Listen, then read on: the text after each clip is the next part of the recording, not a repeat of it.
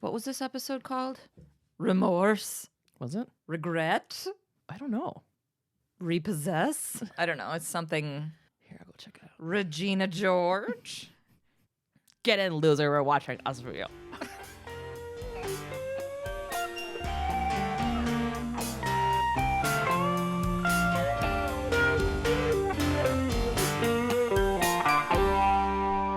Welcome to SVU Pod, Especially Heinous. I'm Tasha. I'm Gabe. And we are on season 1, episode 20. Remorse. I liked this episode. Yeah, it was good. It had some crazy, I don't know. It was, the twist was nuts. I was like, wait, what? Yeah. Yeah. I mean, it worked out great It did.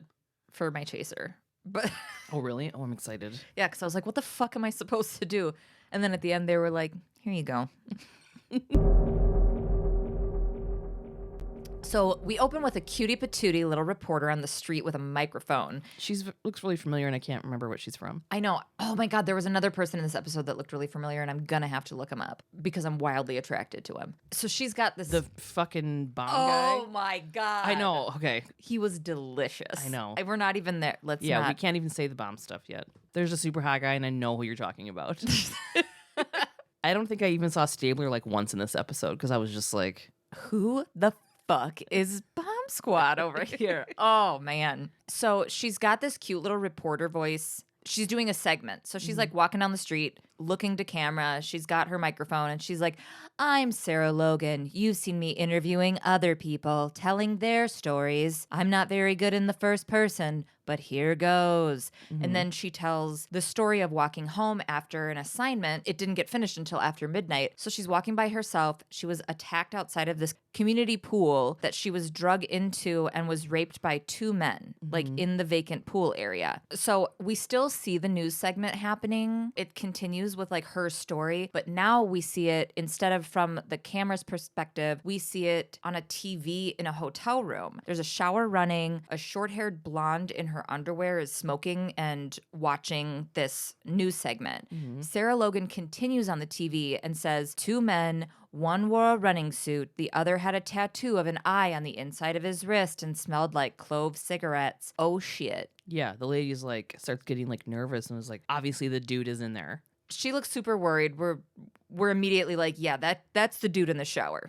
And she picks up the phone and she's like, hello, operator. She whispers it, yeah, operator. And I'm like, what does that even mean? Did you immediately get a person when you picked up the phone? Or I guess maybe in a hotel. Yeah, I don't know why you should call him operator, but Hello, operator. And they're like, it's the front desk, you idiot.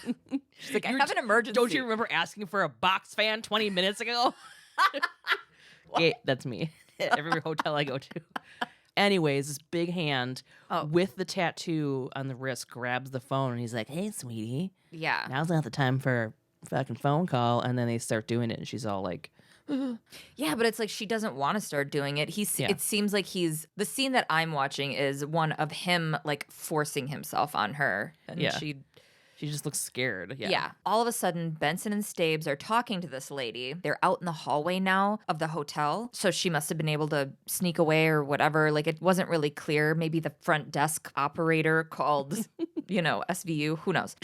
Nameless woman number 1. Yes. Yeah. We find out the dude's name. We haven't seen his face yet, but his name is Mark Krieger. He told this woman that he's a car parts rep from Cleveland. She was business trip hooking up with the dude, called it an expense account fling. Yeah. She told Benson and Stabler that she didn't want to press charges, but she wanted to help. So she gives them the key and they head into the room. Benson and Stabler walk in, guns drawn, and this guy is hard barfing into the toilet in his tighty whities. Yeah.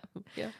Like he's really got his head in that bowl. Yeah. They place him under arrest for rape and he acts not surprised and he's like, excuse me. Yeah. While Stabler's got his hands behind his back. Yeah. Excuse me. Benson's like, bye. Yeah. And then we go to the precinct and Munch fucking... Can we talk about the bullpen and the squad room situation? Yeah, if you want. So I get a text the other day from Gabe and she's like, squad room! Oh my God, yes, that's what it's called. We've been trying to figure it out. So we just started calling it the bullpen. But then we also felt like bullpen did apply. But it's funny because bullpen applies more to the newsroom that we couldn't think of what the name of it was. And you said bullpen as a joke. Yeah. And it was correct. Yes. Also the name of the newspaper where Clark Kent worked at was called the Daily Planet. I get a text. It's like Daily Planet. And I'm like, oh my fucking God. They're at the precinct. Munch shows up. He's like, oh, we've been looking for these two dudes for 3 months. And it happens to be right when I'm in the middle of a Chomsky lecture. And I was like, fuck you, Munch.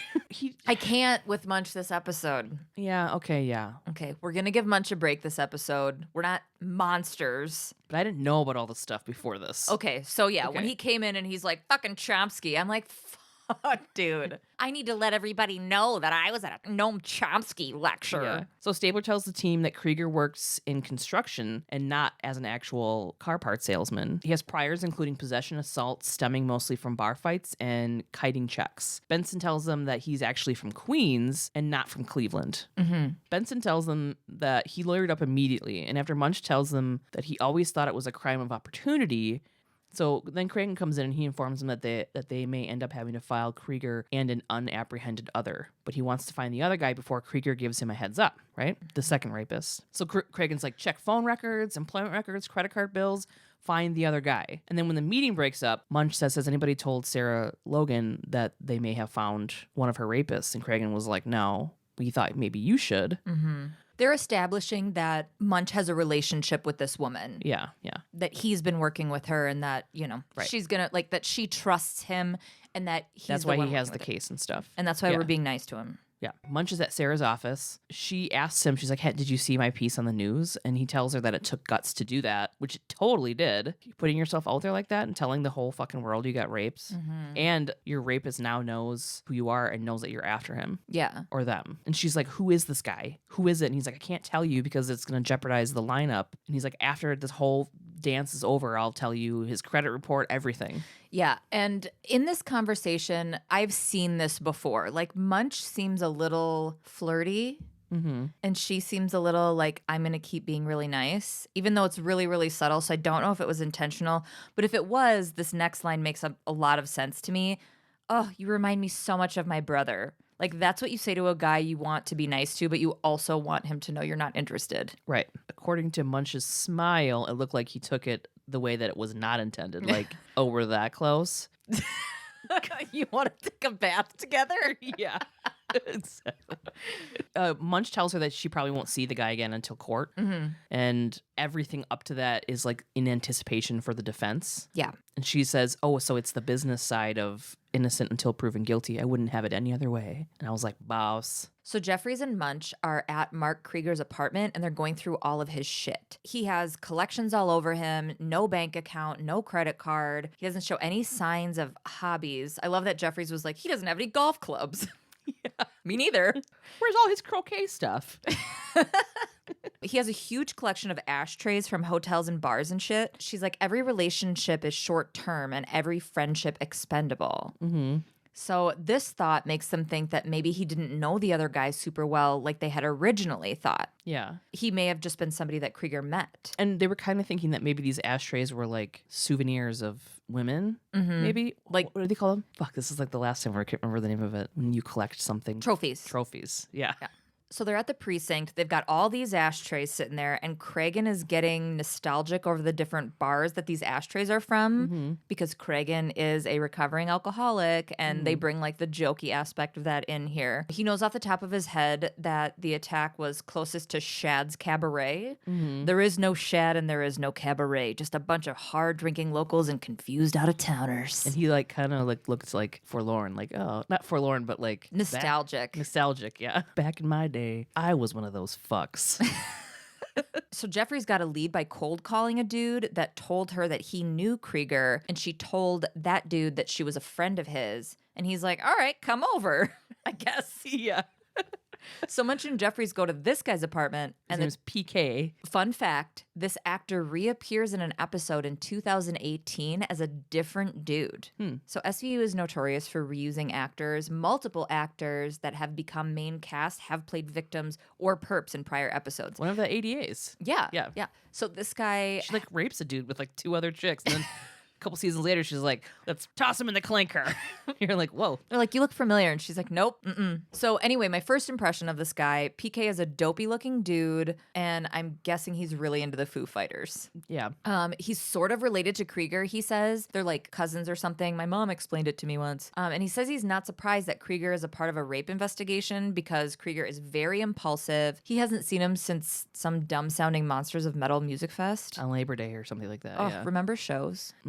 Sounds familiar. I don't miss festivals, though. No. I don't miss music festivals. Coachella is a young person's game. For some reason, when I was 18 years old, like navigating mud pits and paying $18 for a burrito when it's 900 degrees out seemed like a really good idea. Yeah. And now I'm just like, ugh, are there seats there? Because then I'll go. Yeah. I remember I was 25 when I had my first sit-down concert. It was fucking Blues Travelers. At the Barrymore, they were already way not famous anymore. Yes. And it was a sit-down thing, and I sat down, and I was like, oh, I guess I'm going to sit down. And I was like, fuck, this is nice. I was like, look at all those harmonicas!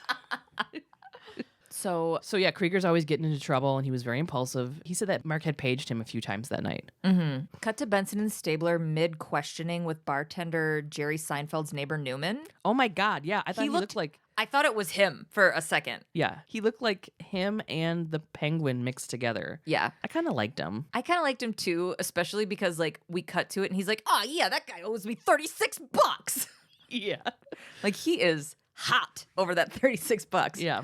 Stabler wants an itemized bill to determine if he was with a man or a woman because men drink Boilermakers and women drink Long Island iced teas. Mm-hmm. And I'm not even going to unpack all of that bullshit, but it's bullshit. Yeah. So the bill isn't itemized, so he can't get that information. But the date was January 11th. They did it twice already so far in like the first 90 minutes. She's like, where's his golf clubs? Yeah, I thought this throughout this entire episode. I'm so glad that you brought that up. The layers of our internalized misogyny. It's like, even if you are consciously and actively working against that way of Narrative, thinking, it's going to just seep into you. Like all of these little things, like that's all just passed off as normal. From the second you're born and somebody puts like a big pink bow in your hair. Yeah. Or a little baseball shirt or whatever.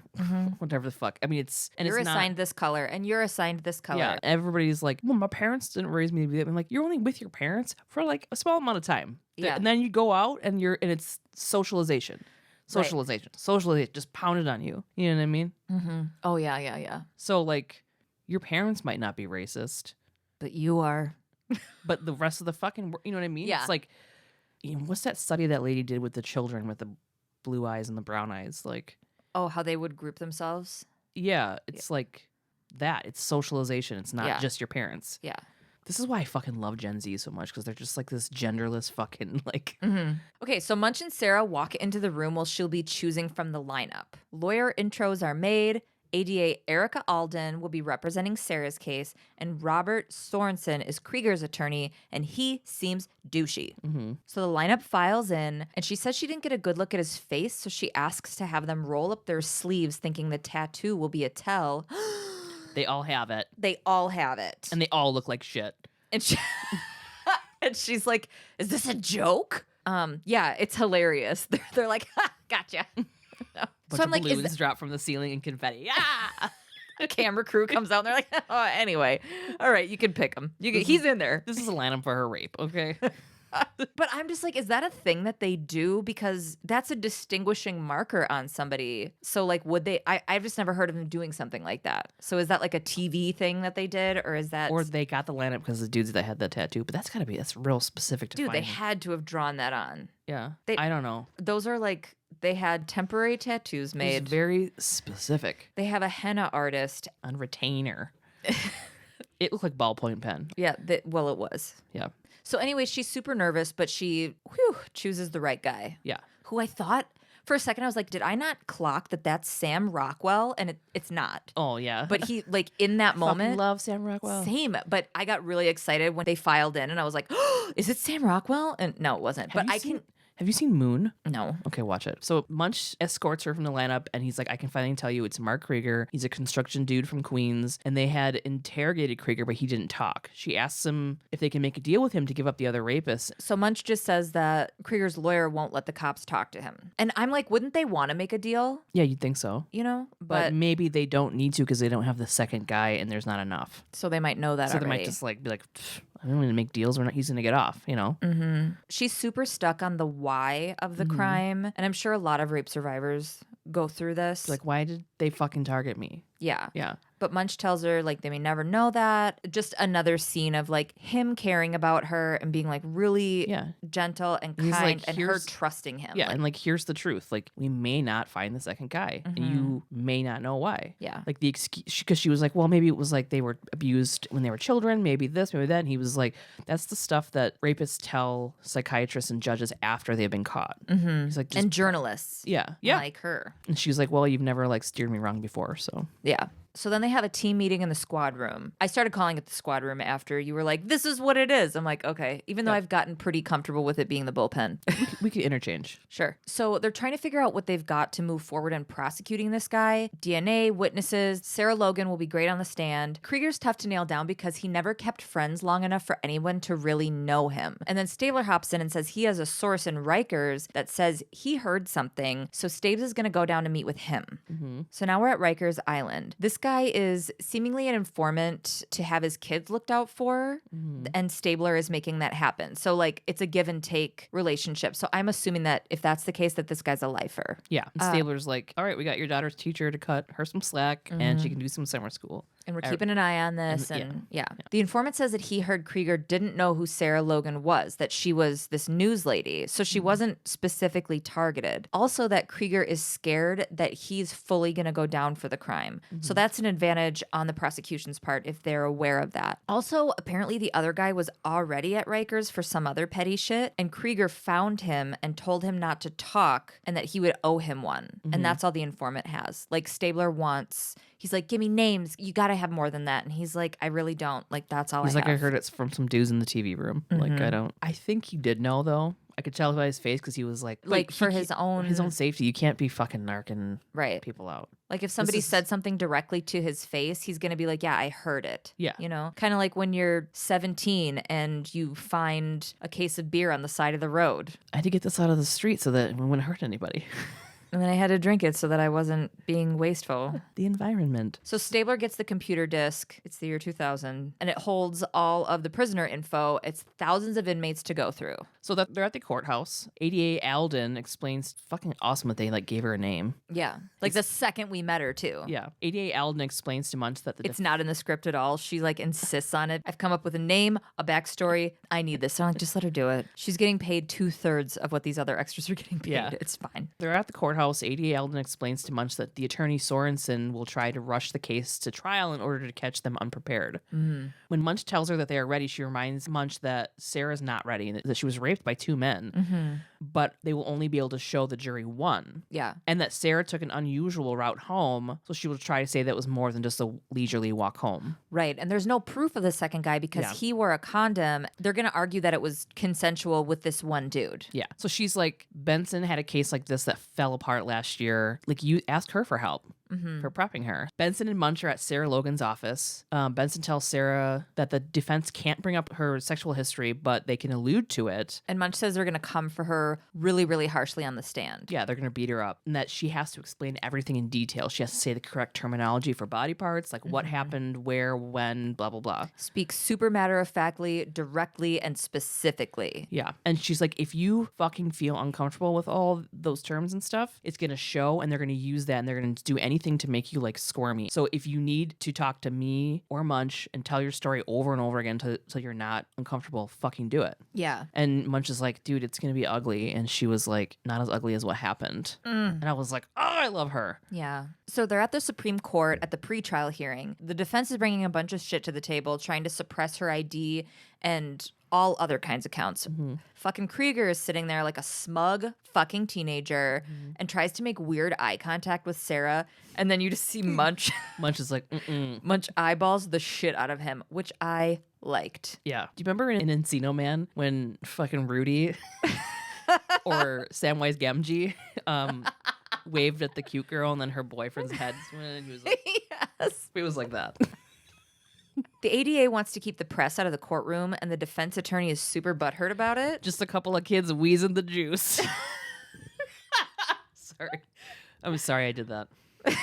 The judge calls him out for wanting his name in print and says he'll rule on all of the shit tomorrow. So Munch and Sarah are leaving the courtroom. She was upset because she didn't know that Krieger was going to be there. And that sounds like an oversight on the part of the prosecution. Like, you need to tell a fucking rape survivor that her rapist is going to be They do this in every fucking episode. Ugh. They tell her the defense would normally try to cop a plea, but this guy is super reaching by trying to use incompetence as an argument to break down their case. So because Sarah's a public figure, they're saying that this lawyer wants to win at trial because then he'll be known and get big cases moving forward. Yeah. So she's getting fucked because people know who she is. Yeah. And Sarah's like, fuck it, fine, Munch, come on my show. We'll talk about it. And, we'll put out our end. Mm-hmm. So Munch resists in a million ways until she says she'll take him to dinner after. Mm-hmm. And I'm like, you're getting too close, Munch. So the plan is for him to go on at 7 p.m. that night. Wear a nice jacket and tie. This is a nice jacket and tie. Neither one of them sound that way, but I also like that your nails are long and you look like a mobster's wife and you wear a nice jacket and tie. Oh, it was cool. Thank you. I put them on last night while I was typing my chaser, and I went from like typing normally to typing with my fingers spread out like that this. SNL skit where they're like. So they're at the studio. Ugh, Munch is waiting in the green room. Yeah, fixing his fucking suit and tie in the reflection. Somebody with headphones comes in and they're like, we don't know where she is. There's some crazy gridlock down by where she lives. Yeah. Then he receives a call and he's like, what? And he leaves and he goes to her apartment. There's a fucking firefighters. There's an ambulance that hasn't left yet. A huge crowd. That's what the fucking gridlock is. He is like, I'm coming in. And they're like, no, the captain says you can't come in. And he's like, no, I'm doing it. And he's like fighting with this firefighter guy. The firefighter is like, we don't want anybody else to get hurt. And Munch is like, who's hurt? Why is the ambulance still here? Yeah. Which gave me chills just again now when I said it. Mm-hmm. Because if someone was hurt, the ambulance would be gone to the hospital by now. Yeah. So he immediately is like, fuck. Yeah. Yeah. And Benson doesn't really even have to say anything. She was just like, he's like, Sarah. And she's like, yeah, Munch, And he's like, what happened? The neighbors heard a blast. They're up in her apartment. This is like so heartachy, but this is where we're introduced to the cutest Bomb squad guy. Oh. He was Okay. fucking hot. You do this. I'm going to give him a goog. I'm gonna look up his name. So the bomb squad got the call at 6:46 and they arrived at 6:52. She informs him that the 6 minutes would not have mattered because it was a fucking bomb. When Munch gets to her apartment, he's told it was black powder bomb in the box of flowers. She saw the flowers at her door and brought them in, and then when she opened them, she blocked the blast from the north side of the room with her body, killing her instantly. Hold on. I'm looking for Daniel Sunjata. Let me see a picture of him now. Hold on. Oh, he's probably all like mature, some gray. See, I knew Let me see. Gabe. Am I gonna die? You're going to die. Whoa. Like the year 2000, Daniel Sunjata was something else. But pause this right now. Google Daniel. From Graceland? Look at those lips. That's salt and pepper. Oh my God. Give me one more minute here. There's a shirtless one. Hello. Okay, so yeah, Google Daniel Sunjata. Sunjata. We'll give you a minute. Get on our level. So she died instantly. Munch is heartbroken. Obviously, yeah. They're in the squad room. Munch is having a day. He goes to work the next day. Yeah, but it's kind of a lot of people do stuff like that because it's like You gotta sometimes. Yeah. you keep going through your emotions to like feel normal. Yeah. Benson's still at Sarah's canvassing. Jeffries is being super sweet and compassionate to Munch. Cragen comes in like, all right, what do we got? Per his informant, Stabler has narrowed down the 6,000 dudes that could be at Rikers to 207 possibilities that fit the description and would have been out when the rape occurred. So now they're confused because if the rapist was a part of the bombing, it makes number 2 the alpha. They're like going over the psychology of it. Logan's testimony is getting admitted via Gerasi. So we find out later what Gerasi is. They want to link Krieger to the bombing because if they don't, Logan's statements aren't admissible. And if we go back to when we learned about hearsay, that's what he's referencing. So remember when we talked about hearsay and how when Nicole Brown Simpson had died, her diary wasn't admissible because it was hearsay. So because she can't sit and testify in court, even though she gave statements, even though it's just technically a rumor almost, in legal terms, yeah. So that she can't sit there and on the record say it in court. Yeah. Which Gerasi has something to do with that, but we'll get there in a minute. Okay. Was it Stabler who said this? Krieger couldn't mastermind a church picnic. Because they thought at first he was like the mastermind. Yeah. And then they're like, no, this guy's a fucking idiot. Right. And so they're like, well, the other guy must be not the tag along. Like Krieger's the tag along. Yeah. Krieger's too like impulsive. So Cragen's pumping out the problem solving. He sends Munch and Jeffries to focus on the rape case. He has Benson and Stabler focused on the bombing. And he's like, don't tell Munch anything you find unless it ties Krieger to it. Because if they do, then they're obligated to include him in the... Yes. Yeah. So if they kind of like... Case. It's a little shady, but it's what they're doing. Yeah. Munch and Cragen head off to Cragen's office. He offers Munch time off. And Munch is like, no, I'm good. Cragen's just like being like the good dad captain. Yeah. Okay, so they're at the bomb squad. I just know that they're meeting with my boyfriend. They're meeting with my boyfriend, Mr. Bomb. Mr. Bomb Squad. Benson and Stabler are told that the bomb was made from a soup can, Chinese black powder, and a flammable liquid held together with masking tape and then wired to a remote. Our cutie patootie said the easy way to rig it would have been by triggering it to the lid of the box, but instead it was by a remote, which makes it so much more complex than it had to be. Yeah. So it was personal, they're thinking. And the guy wanted to watch her die. Yeah. So they're going to go check out the park across the street from Sarah's apartment. Yeah. So Benson and Stabler are in the park. Stabler picks up a wrapper from a pile of throat lozenge wrappers that are like on the ground. Yeah. Thinking the guy may have had a cold. Or they were dropped by one of the other 8 million people in New York City. Someone's like you're in a public park in fucking New York. Like, maybe it was from you from last episode. You can see right into her apartment from where they stand at the park. So they seem confused by the dynamic of what they're putting together for these perps, but they decide that Krieger was a last-minute tag-along because whoever did the bombing was a meticulous planner, so it had to be the second guy. Yeah. So they're in the Supreme Court. Sorensen, Krieger's lawyer, asked the judge to quash the indictment since Sarah is dead. ADA Alden asks if they're allowed to use their journals and statements to the police under Gerasi. So Gerasi means that it's the defendant's fault that the testimony can't be heard. So what they have to prove first is that it's Krieger's fault that Sarah is dead. Then her statement and everything can be a part of the rape trial. So first they have to take care of this bomb shit so they can prove him guilty of that. And then they just added a whole litany of other shit to be able to get to the end of this case. Then her statement and everything can be a part of the rape trial. Then they can try him for her rape. The ADA says that it's a prima facie case, and prima facie means at first face or at first appearance. She's saying that it would appear that Krieger would have been the one to do it because he's the one with the heat on him. He's the one with the reason to get rid of her. Like, the most obvious and first explanation is the applicable one. Yeah. So the judge tells them they have 7 days to link Krieger to the bombing, or the indictment will be squashed. Right, because he says that the other free suspect also benefited from her death. Right. Sorensen asks for his client to be let out so he can help with his defense, and the judge sets the bail to $50,000 or at $50,000. Munch is sitting in that. What is it called? The bullpen.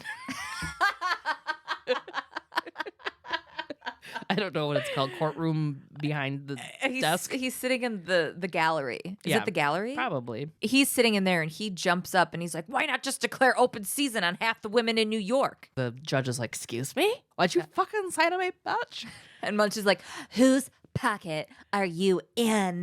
Yeah, and he's like, you're fine for $500. And he's like, why not make it 1,000? Why not make it? And then he's like, get the fuck out of here. He's like, I'm gonna throw you in lockup for fucking contempt. Yeah. And Jeffries is like, bro, let's go. Get out of here. Krieger's cousin paged me. Fucking PK paged me. So we're gonna go talk to him. Like, we have shit to do. Yeah. Calm down. They're at the precinct. PK tells Munch and Jeffries he remembers a friend of Krieger's from selling pot named Tommy. he didn't tell them before because he had bought weed from him. And Jeffries is like, we deal with real crimes, you dumbass. Nobody here gives a fuck about some pot. Yeah. He says that Tommy went to Jersey to run a gas station as a made man, quote unquote. He's Irish. So I'm like, ooh, he got a big promotion from Jack Nicholson.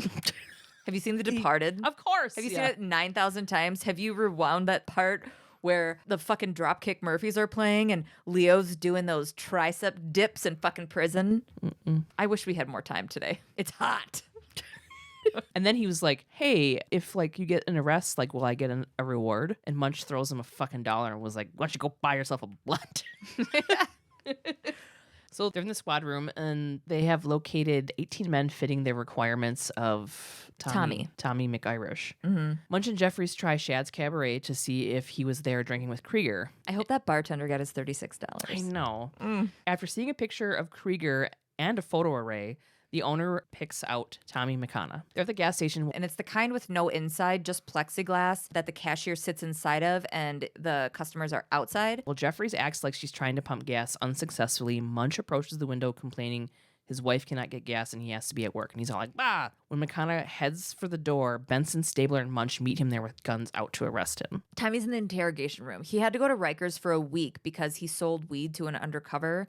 And then Stabler brings up Krieger telling him to shut up. So in that tiny window of time, he was at Rikers when Krieger got there. Mm-hmm. So then Staby starts playing games.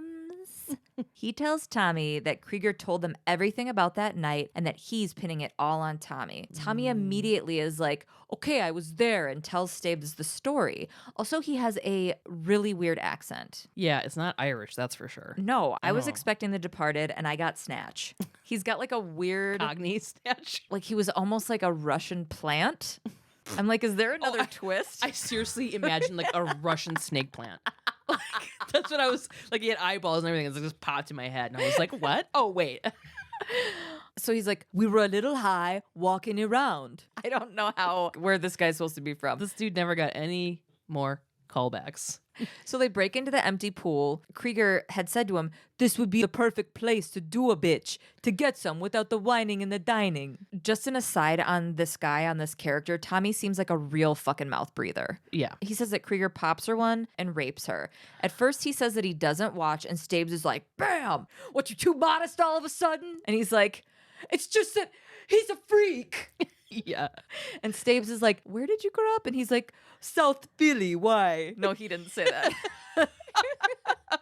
I'm like, Stabes, calm down, okay? Yeah. Stabler was like, "You're Irish. Mm-hmm. So you've been taught to respect women." Stabler's like, your mother sounds like a good woman. Why don't you be a good son and give it up? Yeah. So Tommy's like, all right. McConaughey admits he did watch the rape. And he gives the details of Krieger raping Sarah Logan. Mm-hmm. So Then they're in the viewing room, and Jeffries is like, Krieger's bail's totally been revoked. yeah. So Jeffries and Munch go to get him, and this guy takes the fuck off, and he is fast. Yeah. But Jeffries is She's- on his fucking tail. Like, she's running like, Terminator 2. oh my God, I was Yeah. going to say the T-1000. Yeah. Yeah. Like flat pointed finger hands, you know? Like, you don't Palms, even... like you're about to clap, but you don't clap. You just go up and down, up and down. Yeah. Sprinting hard. Krieger fucking jumps into a van, and just before Jeffries gets to him, the van fucking explodes, knocking her down. As she's yelling, stop, stop, and she's screaming at him to stop. Yeah. Oh my God. Munch fucking catches up and moves Jeffries to safety. And she's like, I told him, why didn't he Why stop? didn't he stop? Yeah. And they call Kragan. Yeah. Yeah. And I'm like, hey there, bomb squad. So Munch, Benson, and Sailor they're all outside of like where the bomb happened. Yeah. They're all in the street. There's the fucking ambulance. Munch, Benson, and Stabler are told that the bomb was the same as the one in Sarah's apartment. Mm-hmm. So they're like, maybe it was his bomb. Like, maybe it just accidentally went off. Yeah. And But he could have been within like 50 feet away. right. And Yeah. the bomb squad was like, well, it wasn't his own bomb because it blew his dick off. And I'm like, 4 missing dicks, season 1. At the end of every season, I want to do an in memoriam of missing dicks. Oh my God. Yeah. Could you like a Yeah. like with pictures? I mean, maybe not of the dicks. Oh, that's what I was. We don't have the pictures of the dicks. We have the pictures of the perps We can find without the dicks. Pictures of dicks. I mean, Let's get pictures of the perps. That's better. we can That's better. find pictures of the dicks, but we're just like, oh, you know what we could I'll be do? in charge of that. Okay. You know what we could do is we could have the pictures of the perps alongside of like a composite of what we think Of a their dick drawing would of look like. The police sketch. Like before it explodes. Like we're not Yeah. sickos. Yeah. Munch checks on Jeffries. She's over with a paramedic. Yeah, and she's sitting on like, the let's back. go. Let's get shit going. And he's like, dude, no, like you're fucked up. You just Yeah. you're in a thing. And And she goes, I have to stay on the job or whatever. And he's like, hey, you got to let me watch your back. And she's like, I've got to watch your back. It's just a nice moment where like you can see that they really care about each other as partners. especially after all those where she's just like ragging on him all the time because he's a piece of shit, you know? Well, I would argue. I mean, throughout the season, like she's like giving him shit. So then it's nice Yeah. to see a thing where they're like, they actually like really care about each other. Yeah. At the end of the day, like they're fucking partners Yeah. now. So he asks her to take a few days and then she's like, okay. And like, lets the paramedic. And she's like, for you. yeah. And I was yeah. like, oh, you guys. It's the sweetest partner moment between really any was. partners that we've seen. It really was, yeah. Mm-hmm. They're in the squad room. Stabler tells the team that the canvas is coming up empty. So this is no longer one of the rapists. SVU twist. Stabler is thinking John Hinckley Jr., who tried to assassinate Reagan to impress Jodie Foster. Mm-hmm. They think that it might be a case where the guy thought he had a relationship with her and didn't believe that she should be talking about her rape on television. Cragen tells them to look under her correspondence after her story aired because she had all these like cards and flowers and stuff. Mm-hmm. So they don't have. So this is even about the two dudes and the rape or anything. Yeah, this is a whole different fucking. Well, it's about thing. the rape. I shouldn't say that. The two rapists weren't the bombers. Yeah. Now that they don't have Sarah Logan anymore and they don't have Krieger anymore, Cragen's concerned that Tommy's going to walk. Mm-hmm. So they need a confession from Tommy. Mm-hmm. Stabler reminds Cragen that Tommy doesn't know that Krieger's dead. And Cragen goes, it's been a while since I tried the disappointed father figure. When and he I'm said like, that, I was like, yeah. I was like, ee! Cragen is in the interrogation room with Tommy McIrish. Cragen is intense. Yeah. He's like, he walks right over and he's like, sit up straight. And the guy's like, and he like grabs him by the face and he's like, I know you lied. He's Your like, mother and I are so disappointed in you. Yeah. And he's like, what happened that night? And he's like, come on, like taps him on the face. Like, just tell me what happened. And he's doing the whole dad, like being forceful, but like loving. Yeah. Or caring. It was too much. And I watched it and I was like, is that how your dad was, Cragen? No wonder you're an alcoholic. So Tommy tells Cragen, he's like, okay, yeah, I held Sarah down while Krieger raped her. She asked us not to hurt her. And then he admitted that he raped her next using a condom. And she's like still crying. I even used a rubber and she's still crying. Yeah. He thought he was being like real respectful. Yeah. And Again, then he's just a fucking dummy. Cragen just like cocks his head and looks at to him and then like walks out of the room. Yeah. Ugh. So they're at Sarah's office and they're searching through her mail. Munch brings up the powder used in making bombs. Benson realizes that they can test for the powder residue at the bomb squad place, so they all drop the mail and take it to the lab. I would make an excuse to go there too. Yeah, I in know. her defense. She's like, oh wait, I bet you they can do this in his bedroom.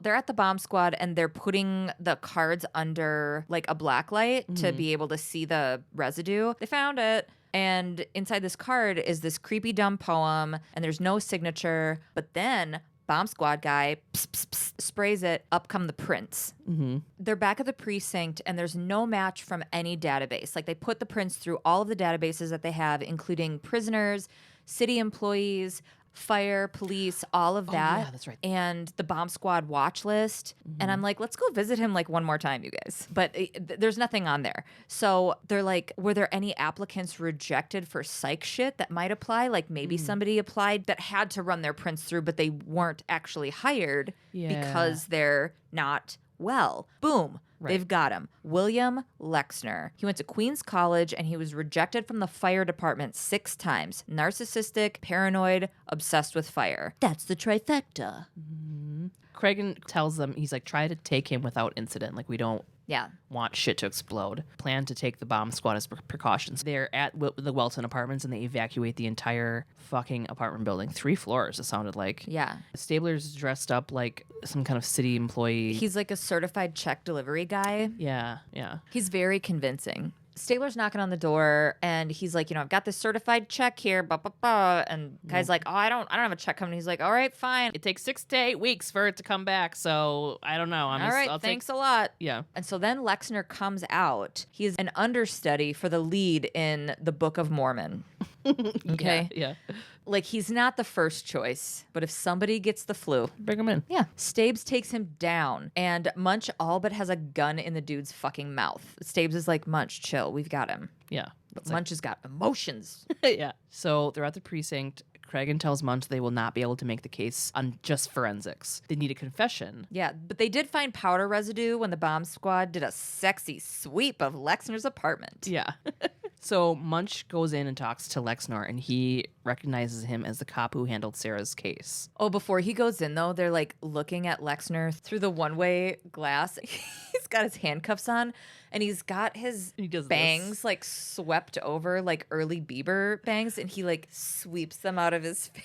That's the thing. And he has like a tiny smile. That's the thing that I was going to text you to be like, find the thing that I thought was the funniest. Oh my God, it's that. Because really? That's what like this. We got to do this. We got to do this every week. What? Which part was the funniest? Yeah. Okay. Oh my God, I hate this guy. He's wildly unlikable. So Munch comes in the room and he's like, Will? And he's like, I don't see anyone else in here.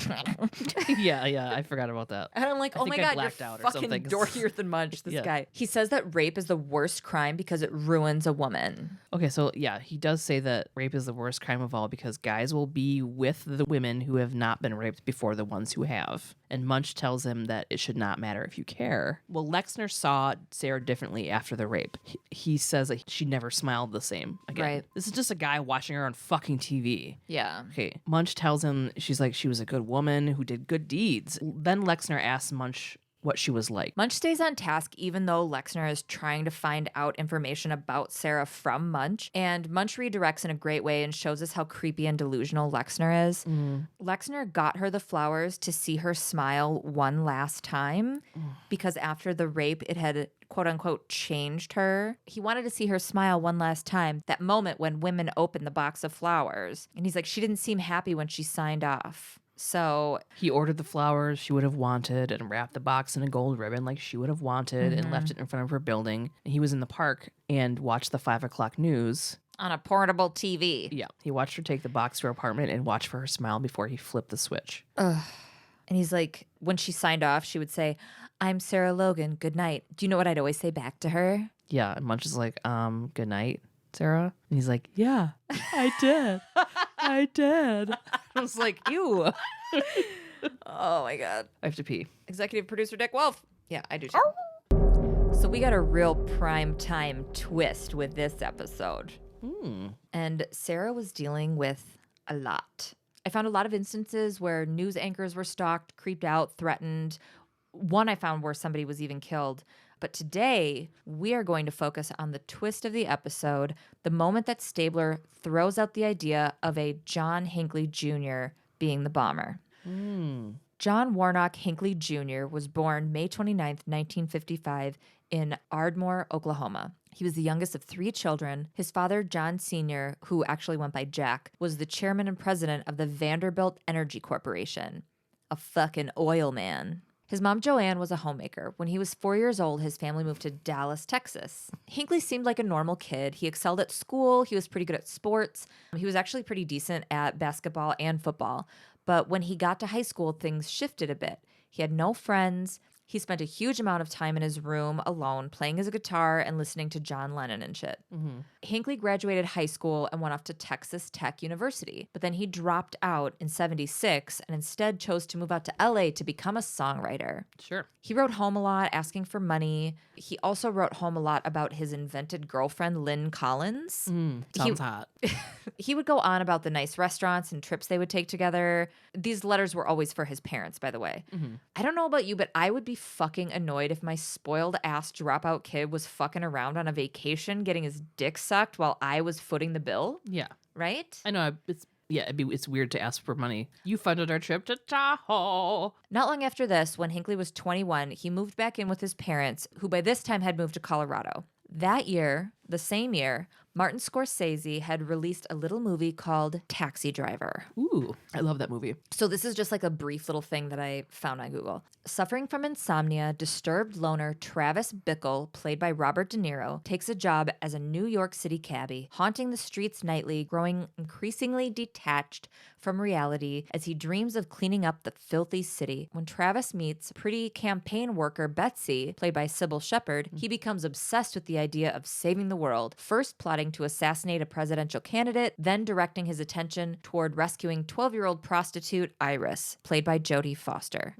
Hinckley loved the movie. He fucking loved that movie. All of these reports, they were like, oh, he was obsessed with it. He watched it 15 times. And I'm like, I've seen Tommy Boy at least 30 times, and that's not even in my top 5. You know what I mean? He listened to the soundtrack all the time. After he saw it, he really started to emulate the anti-hero Travis Bickle. He dressed like Bickle, drank what he drank, kept a diary like him. He also developed an infatuation with the young actress from the movie, Jodie Foster. In 1978, Hinckley, he's 23 now, he went back to school at Texas Tech University. He didn't do well. He didn't really go to class much. He didn't do much of anything. This is when Hinckley joins the National Socialist Party of America. These guys were American Nazis. Their ideology was all about white supremacy, white nationalism, and anti-Semitism. So even though he'd never been violent, his behavior was reportedly erratic enough that it got him kicked out after 20 months with the group. Like, they destroyed every account of being associated with him. Wow. So there wasn't a crazy amount of detail. I think they just didn't like him. Yeah. In early 1980, Hinckley moved back in with his parents in Colorado. After a failed suicide attempt, he let them know that he was depressed and he started receiving psychiatric care with Dr. John Hopper. He got medical treatment, but more so the doctor felt that Hinckley needed boundaries and pressed his parents to try a tough love approach and to cut him off. In September of 1980, Hinckley dropped out of Texas Tech again, packed all his shit, and went to New Haven, Connecticut. He had found out that Jodie Foster was taking time off to go to college, and he followed her there. Like, he told his parents that he was going to be doing a writing course at Yale, but he was going to follow Jodie Foster there. He had an encounter with her there early on. He had stopped her to ask for directions. From that point on, Hinckley was convinced that they had a relationship. He continued to stalk Jodie. He found her dorm and started hand-delivering letters and poems. He'd slipped them under her door. At one point, he got her phone number and called her twice. He recorded both sad and awkward conversations. Can you find that online? Yeah, they have it transcribed too. Like, I read the transcript of the phone calls, and it was really like, in the second one, her friends it was like 1 a.m. or something, and her friends are giggling in the background, and she's like, oh my God, it's you? I don't know you. I can't be having conversations like this with people I don't know. And the whole time he's like, Jodie, no, please just listen. He's very in line with that other stalker that I did that story on. Yeah, that lady. With the safety chick. Just like, if I can convince her, if I can just get her to sit down and listen to me, she'll be like, oh, I see. Cool, let's go. I'm in love with you now. Okay, I get it. So she was obviously weirded out by it and asked him to stop calling, but she didn't report it. Jodie would later tell the police that she got thousands of letters every month from fans, so she didn't read what he was doing as dangerous. She also felt that she was playing things a little aloof because she wanted a normal college experience, so she ignored some pretty serious red flags. So we're going to go straight to December 31st, 1980. It's New Year's Eve, and John Hinckley spoke into a tape recorder, and here is the transcription of his recording. John Lennon is dead. The world is over. Forget it. It's just going to be insanity if I even make it through the first few days. I still regret having to go on with 1981. I don't know why people want to live. John Lennon is dead. I still think about Jodie all the time. That's all I think about, really. That and John Lennon's death. They were sort of binded together. I hate New Haven with a mortal passion. I've been up there many times, not stalking her really, but just looking after her. I was going to take her away for a while there, but I don't know. I'm so sick, I can't even do that. It'll be total suicide city. I mean, I couldn't care less. Jodie's the only thing that matters now. Anything I might do in 1981 would solely be for Jodie Foster's sake. My obsession is Jodie Foster. I've gotta find her and talk to her some way in person or something. That's all I want her to know, is that I love her. I don't want to hurt her. I think I'd rather just see her not on Earth than being with other guys. I wouldn't want to stay here on Earth without her. So now it's time to kill the president and make Jodie fall in love with you. So John Hinckley goes to DC. On March 30th, 1981, he sits down and writes this letter to Jodie Foster. Dear Jodie, there is a definite possibility that I will be killed in my attempt to get Reagan. It is for this very reason that I'm writing you this letter now. As you well know by now, I love you very much. The past 7 months, I have left you dozens of poems, letters, and messages in the faint hope you would develop an interest in me. Although we talked on the phone a couple of times, I never had the nerve to simply approach you and introduce myself. Besides my shyness, I honestly did not wish to bother you. I know know the many messages left at your door and in your mailbox were a nuisance, but I felt it was the most painless way for me to express my love to you. I feel very good about the fact you at least know my name and how I feel about you. And by hanging around your dormitory, I've come to realize that I'm the topic of more than just a little conversation, however full of ridicule it may be. At least you know that I'll always love you. Jody, I would abandon this idea of getting Reagan in a second if I could only win your heart and live out the rest of my life with you, whether it be in total obscurity or whatever. I will admit to you that the reason I'm going ahead with this attempt now is because I just cannot wait any longer to impress you. I've got to do something now to make you understand in no uncertain terms that I am doing all of this for your sake. By sacrificing my freedom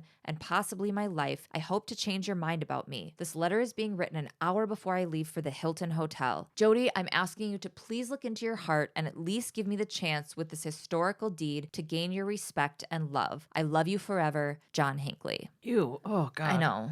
Okay, so he goes to the Hilton Hotel now. He goes down to this area where all these other observers and news people are waiting. Ronald Reagan is there speaking at a conference. So this is where he's going to exit. So there's news cameras and hundreds of people have gathered to see him.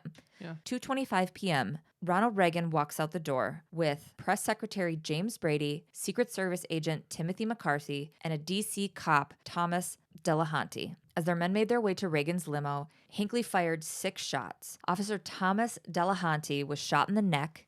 Press Secretary James Brady was shot above his left eye, and the bullet went into his brain. Did it kill him? No, nobody died. Oh, my God. Fucking Secret Service agent Timothy McCarthy was shot in the stomach because he was slow motion diving in front of Reagan to block the president. He wouldn't have got Reagan at all, except one of the bullets ricocheted off of Reagan's limo and went into Reagan's left armpit, breaking a rib and ending up in his lung. Whoa. Yeah. So Reagan was thrown into the limo and taken to George Washington University Hospital. Mm-hmm. And as soon as the shots were fired, Hinckley was tackled by pretty much everybody. Mm-hmm. And he was arrested, taken to the police station to be processed and interrogated. But like immediately the FBI was like, we'll do it. Like, we're going to take over. Yeah. Hinckley was not remorseful at all. He had one focus. During questioning, he asked if what he did would be televised because he was, quote, sort of in a one-sided relationship with Jodie Foster. Oh, my God. Can you just imagine? I can't. I know. So it was all he cared about. All he cared about was if Jodie Foster was going to see what he did. Mm-hmm. So the FBI is like, okay, I guess we have to call Jodie Foster now. August 25th, 1981, Hinckley was brought in on a 13-count indictment, all having to do with the assassination attempt. John Hinckley pled not guilty by reason of insanity. Okay, so some quick facts about the insanity plea at the time.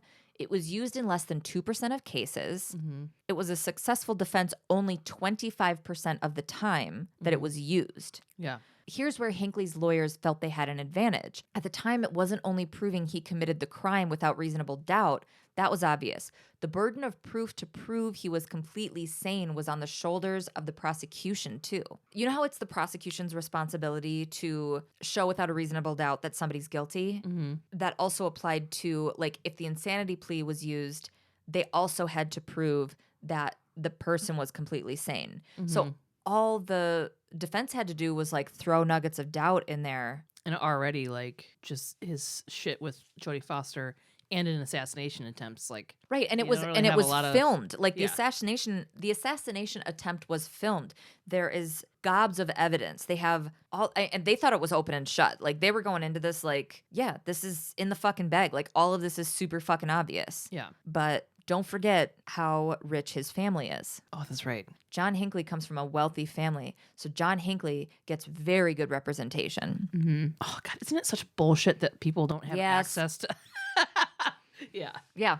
So the lead defense attorney, Vincent Fuller, charismatic, big deal. Like, they got the best of the best when they hired him. So before the trial started, in May of 1981, John Hinckley attempted suicide. He OD'd on Tylenol and Valium. And then again in November of 1981, he attempted suicide trying to hang himself in the window of his cell.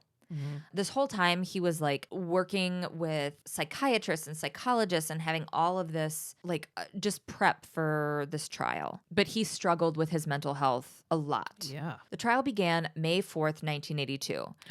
There were 3 I was born the day before. Oh my That doesn't apply. It doesn't matter.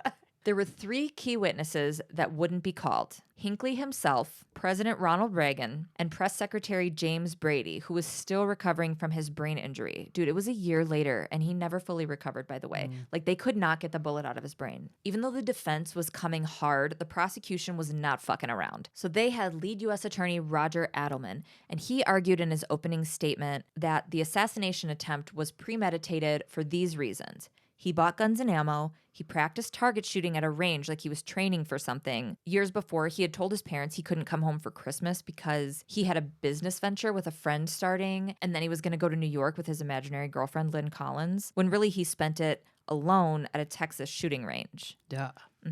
Also, there was evidence that he had intended to shoot Jimmy Carter in October. The president had a speaking engagement at Opryland on October 9th, 1980. That same day, Hinckley was arrested at the Nashville International Airport for possession of 3 firearms and 50 rounds of ammo, and they found handcuffs in his bag. He was released after paying a fine of $62.50. And they didn't even process him. They called the FBI and they're like, you guys want to deal with this? And they're like, no, you guys can just take care of it. A lot went unnoticed that in hindsight was like, oh, holy shit, this guy is very dangerous. And then also all these letters that he wrote to Jodie Foster telling her about his plans. So the trial was really a parade of expert witnesses. Every time the defense called an expert witness to testify on the behalf of Hinckley's inability to appreciate the criminality of his conduct, the prosecution would call an expert witness of their own to refute that witness. So the jury's like, what the fuck, Yeah. The prosecution would use their expert witnesses to argue he had control over his conduct and that he just wanted to be famous by committing such a high-profile crime. Where the prosecution was trying to use things like Hinckley's final letter to Jodie Foster as proof of premeditation, the defense used it to show how truly detached from reality he was and therefore couldn't understand the implications and severity of his actions. So they're using the same evidence with different spins. So Hinckley's mom, Joanne, testified on his behalf, and her testimony was so fucking heartbreaking. Something she said in her testimony was, quote, John just seemed to be going downhill, downhill, downhill, and becoming more withdrawn, more and more antisocial, more depressed, and so down on himself. And I'm like, I cannot imagine that as a mom, watching all of it as a mom. And then in hindsight, beating yourself up for your own choices. Because that's what the parents did. They're always like, what did we do? John Hinckley's dad testified in saying that cutting him off and giving him tough love on the instruction of his doctor was the wrong thing to do. And he said, looking back on that, I'm sure that it was the greatest mistake of my life. I am the cause of John's tragedy. I forced him out at a time when he simply couldn't cope. I wish to God that I could trade places with him right now. So when Hinckley's doctor, John Hopper, took the stand, he admitted that he had miscategorized Hinckley at the beginning of treating him. He kind of just thought he was a spoiled brat who needed to get shoved onto his feet. And looking back and after further evaluation, he decided that Hinckley was suffering with major mental illness. And I'm like, you're a little late. Yeah. As always, all of the source material is going to be available and you can read all the shit that his parents talked about and everything. It's really interesting shit. So Jodie Foster needs to come into this somehow again. In getting prepared for the trial, Hinckley threatened his lawyers, saying that he wouldn't cooperate with them in his own defense unless Jodie testified. Oh my God. Her lawyers agreed to have her do that, but it was to be done pre-recorded in a closed session with the judge, the lawyers, and Hinckley got to be there. He did? Yes. And he was very excited. Wow. The VHS tape was played at the trial. When asked about the letters she received from Hinckley, she said they were, quote, love-type letters. One letter that they touched on was from March 6, 1981. It was a poem. Jodie Foster, love, just wait. I will rescue you very soon. Please cooperate. JWH. Okay. They asked her if she recognized this type of letter from anywhere, and she's like, yeah, in the movie Taxi Driver. Robert De Niro's character writes a note like that to her character, Iris.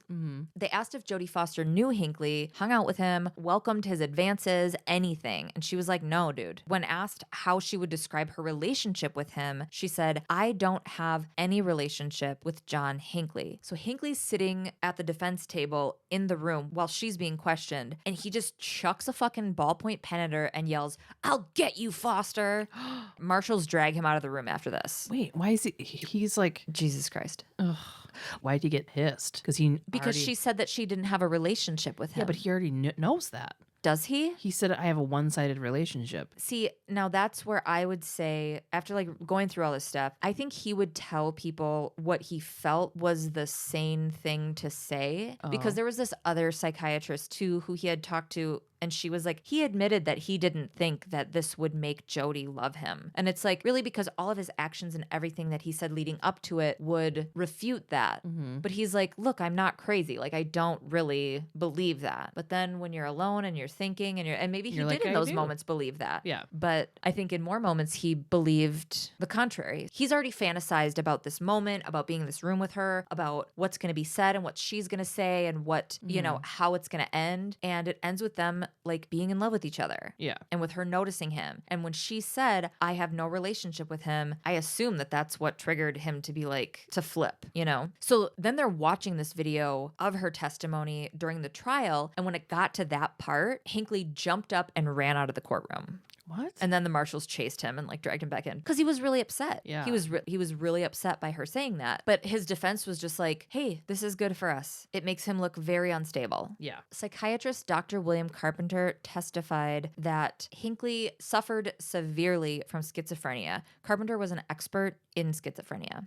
He saw Hinckley as having 4 major symptoms of mental illness: an incapacity to have an ordinary emotional arousal, autistic retreat from reality, depression, including suicidal features, and an inability to work or establish social bonds. He had developed false beliefs that were not shaken by evidence to the contrary, and he was basing many actions of his life on these things that weren't real. So, in going through the events of the day of Hinckley's crime, Carpenter said that he was basing his actions on what he thought would result in uniting him with Jodie Foster. So, the crime that he committed, the actions that he took, became a part of his delusion. Yeah. So, he had an incapacity to understand the real implications of what he was doing. Does that make sense, Yes. that argument? Yeah. So there were 2 other doctors that Fuller put on the stand after Carpenter to corroborate what he had testified to. Dr. David Baer agreed with his diagnosis of schizophrenia and had physical evidence based on a CAT scan that was given to Hinckley after the shooting. Dr. Baer also said that the diagnosis of psychosis was accurate. So there was another doctor that they put on the stand that I forgot to put his name in here. He was a psychologist that gave Hinckley the Minnesota Multiphasic Personality Inventory test. He scored near the, quote, peak of abnormality. Just imagine getting that after taking a test and like, peak of abnormality. You're at the highest of abnormal you can be. Yeah, well, this psychologist who gave the test to him testified that the chances of a person scoring what Hinckley did, not having a mental illness, would be 1 in a million. So they're like, how much more evidence can we have that this guy has mental illness? Right. You know? So for every defense expert they had, the prosecution's like, yeah, we have an expert too. So Dr. Park Dietz testified for the prosecution and presented the diagnosis from the government's psychiatric team. He said that Hinckley suffered from various personality disorders, but was not psychotic or insane. Instead, Hinckley was a bored, spoiled, lazy, manipulative rich kid.